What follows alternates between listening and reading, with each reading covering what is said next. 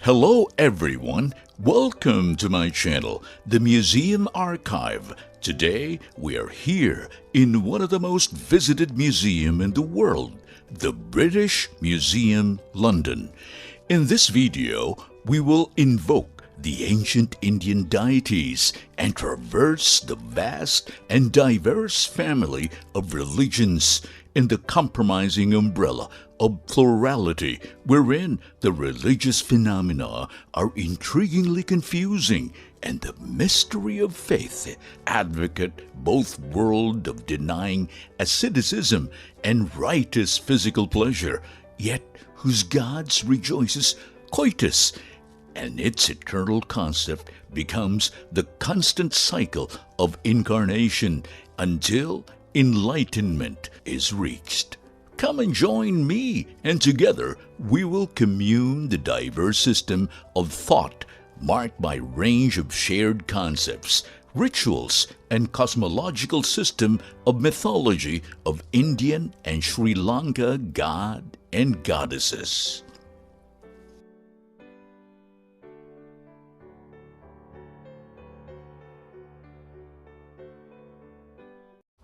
Number 5. Shiva Nataraja. Here, the Lord of creation and destruction, the Hindu god Shiva embodies the concept of the cyclical nature of life and depicted the famous form as Nataraja, Lord of the dance, with Ganga flowing through his hair, and Apasmara, the dwarfish demon of ignorance, under his right foot.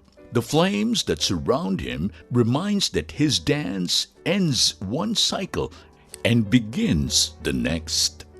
Although this image of the god is especially connected with the temple of Chidambaram in Tamil Nadu in South India, it is known throughout the world.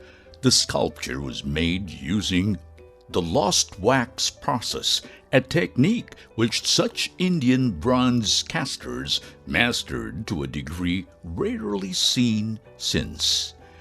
The 89.5 centimeters bronze object was produced by the Tamil in 1100 in the reign of Kulutunga. It was brought from William Wolof and was acquired by the British Museum in 1987. Number 4. Vishnu and his consorts, an arch temple niche. Vishnu was often depicted as and compared to an Indian king. Here he wears a crown and attended by his two consorts. To his left, Sarasvati, the goddesses of poetry and music. To his right, Lakshmi, the goddesses of fortune. The architectural ensemble in which they stand is inhabited by a series of gods, demigods, ascetics, and worshippers. The two river goddesses stand at the base of the columns. Beyond them, at the outer edges in niches, are figures representing the weapons of Vishnu in human form, Gadadevi, the mace, and Chakra Purusha, his war discus. Ganesha occupies the niche at the top left corner. Kartikeya occupies the corresponding spot on the right. The two inner niches house Shiva, left, and Brahma, right. The arched niche in which he stands, probably from the outer wall of a temple. It features the different avatars, incarnations of Vishnu, as well as portraits of emaciated ascetics who have abandoned worldly pleasures in search of spiritual fulfillment.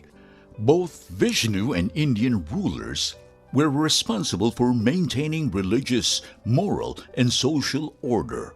Hundreds of sculptures like this were made during the Pala dynasty around 750 to 1199 AD. Number 3. Two-door guardian figures, Dvarapala. In Indian temples, especially in the south of India, fierce guardians stand at the entrance to the main building. In Tamil Nadu, the distinctive post with one leg placed across the other is common. These two guardian sculptures are probably from Vishnu temple, as both hold clubs, the Gada, and the weapon of Lord Vishnu. The large grain granite from which these were sculptured was produced in Chola period, is the most common stone used for sculpture in South India. The large grain size, often with quartz inclusions, makes it difficult to carve fine detail. Number 2. The divine couple Shiva and Parvati. This sculptured display of music and devotion reflects the tenderness between the divine couple Shiva and Parvati. It explores the belief that the universe is based on male and female principles.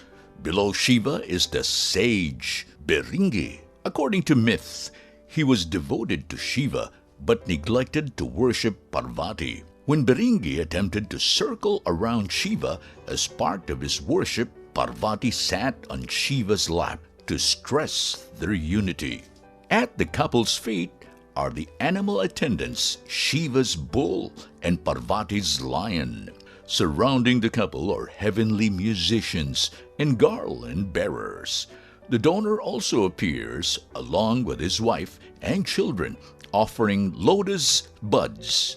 The sculpture may have come from the interior of a temple dedicated to Shiva.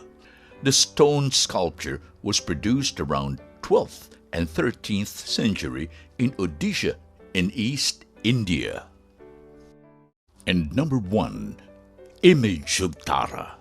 A standing solid bronze cast and gilded figure of a female deity, Tara has a high tubular coiffure held in a place by a medallion flanked by makaras.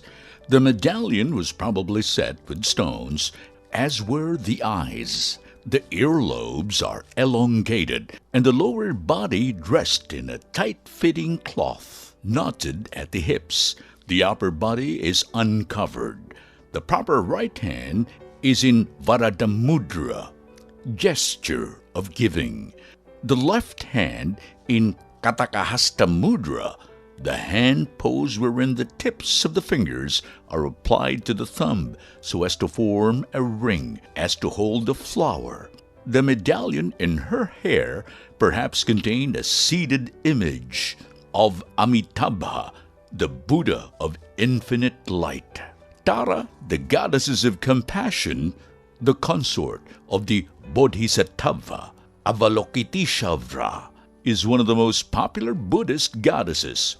The 143 centimeters height and 44 centimeters and 29.5 centimeters depth figure was produced in Sri Lanka and acquired by Sir Robert Browning in 1830. That's all, guys. Hope you enjoy the short video. I would like to thank the British Museum for the valuable sources and materials, also Wikipedia and BBC Radio 4. The Met. Please don't forget to comment and share your ideas below. And for more video presentation of museum relics, monuments, and artifacts, please click like and subscribe to my channel, Museum Archive. Thank you.